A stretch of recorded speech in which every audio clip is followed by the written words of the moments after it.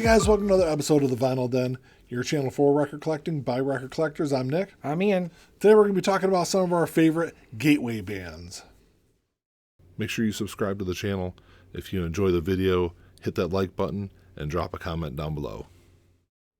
So exactly what is a gateway band? So for the context for this conversation, when we talk about gateway bands, we're talking about, a band that kind of can get you into a specific genre. So if you want to take, hard rock, for instance, say, okay, what is one band that if, my neighbor who knows absolutely nothing about hard rock, what is one band that they could listen to that might actually get them into checking out some other bands, maybe digging a little bit deeper into the genre. So that's what we're talking about when we say gateway bands. Mm-hmm. I think really probably the biggest, at least in my opinion, the biggest gateway band out there, really, I think of any genre, is Metallica. I mean, I think there were so many kids in the 80s that had probably the only thing metal-wise that they'd really only listened to at that point was probably maybe Black Sabbath. And then Metallica, I think, opened up this or brought in more aggression into the genre, really kind of took metal into a whole kind of different area, and I think drug a whole lot of fans with them and opened up the doors to all sorts of other bands that kind of came after Metallica. Because they were kind of the first mainstream thrash band. Yeah.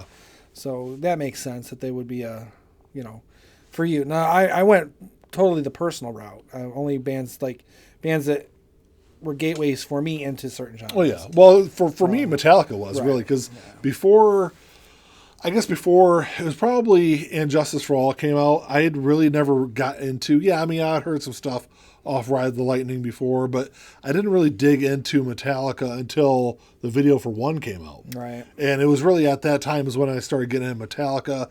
And like I said, and I've never been a big metal guy at all. Right. And that kind of really opened the door up to some other bands in the late 80s kind of metal scene, at least for me. Yeah, no, that makes sense. And I mean, yeah, you're right. As far as Metallica goes, I had Ride the Lightning, but it really was kind of one that the video for One that really kind of propelled them, at least in the mainstream. Yeah. So that makes sense. For me, Sabbath would be the equivalent. Into hard rock, metal, it was definitely Sabbath. I went back and forth. We talked about this. I went back and forth between Alice and Sabbath.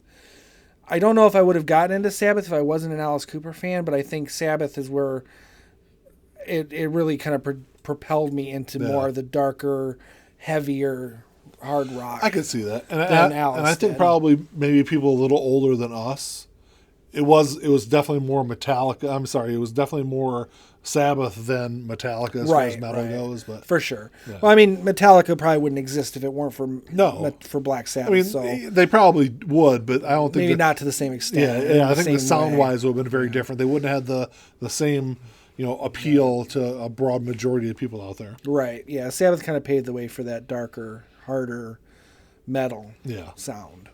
Another gateway band that I think this one probably is definitely more of on the personal level for me is for getting into rap was Beastie Boys. Mm-hmm. Growing up in the 80s, I'd listened to Run DMC and some of those other bands, DJ Jazzy Jeff and the Fresh Prince, right. and artists like that. Around the same time period too, really. But it was really the Beastie Boys. They kind of opened up the door and kind of blew the doors open on rap, at least on the mainstream level. And really from that, I got into, even though it's not really kind of a parallel between them and, say, Public Enemy and NWA, but I think it was really because of Beastie Boys that I started checking out those other acts. Yeah, it makes sense. And I would say it's probably the same for me.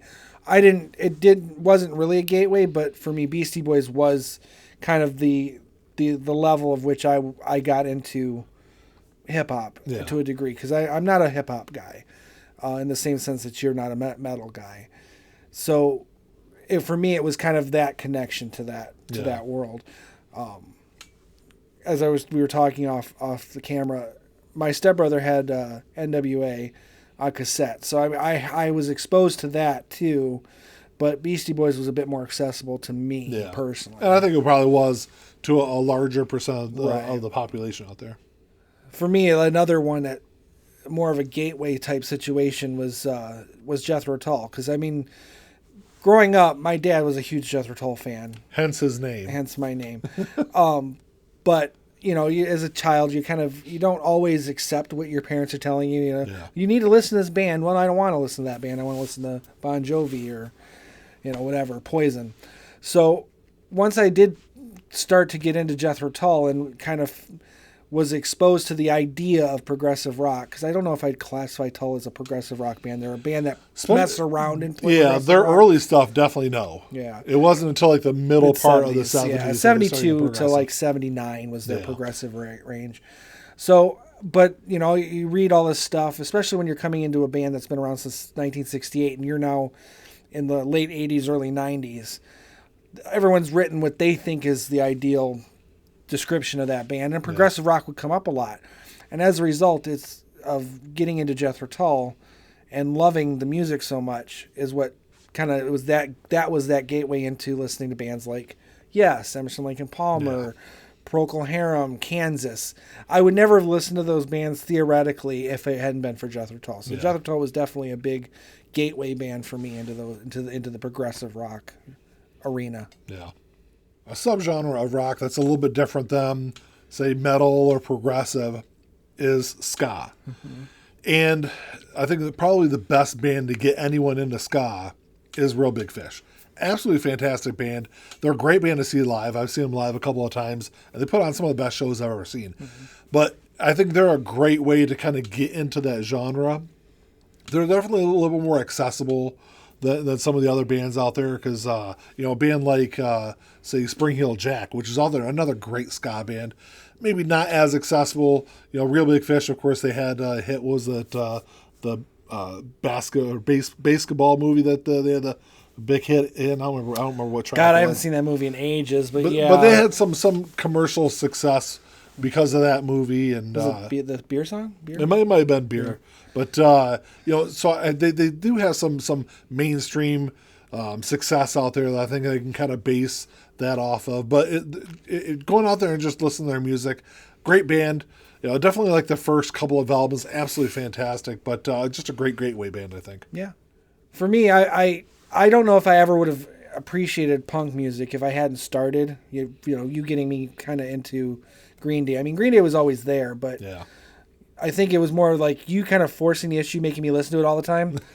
That I was me listen to punk music? Right, no, right. Never. Well, I mean, in the mid to late 90s, that's what you always had Green Day on, or So, but listening to it all the time, I was like, oh, that's a really good song, and that's a really good song.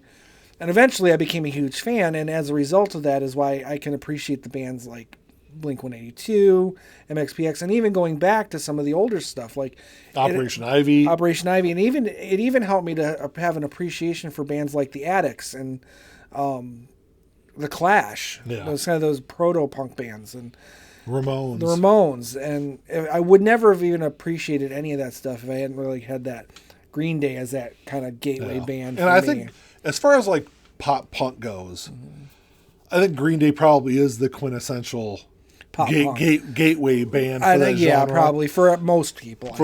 Because they do have a lot of commercial success over the years.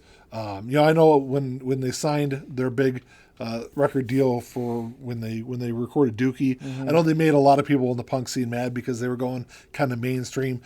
But that mainstream but that mainstream success really kind of pulled the whole genre along with them. Absolutely.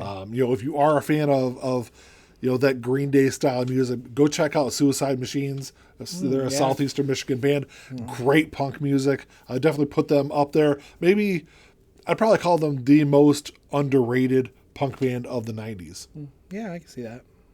Well, that's all we got for you today, guys. Thanks for checking the show out. Make sure you drop us a comment down below. Let us know what some of your favorite gateway bands are. What are some bands that got you into some subgenres or some genres, whatever or music even in general. Music, something definitely. That started you out. Yeah, absolutely. But let us know what you guys think. If you enjoyed the episode, make sure you give us the old thumbs up. Hit that subscribe button down below. That's all we got. Until next time. Talk to y'all later. Keep on spinning. Peace.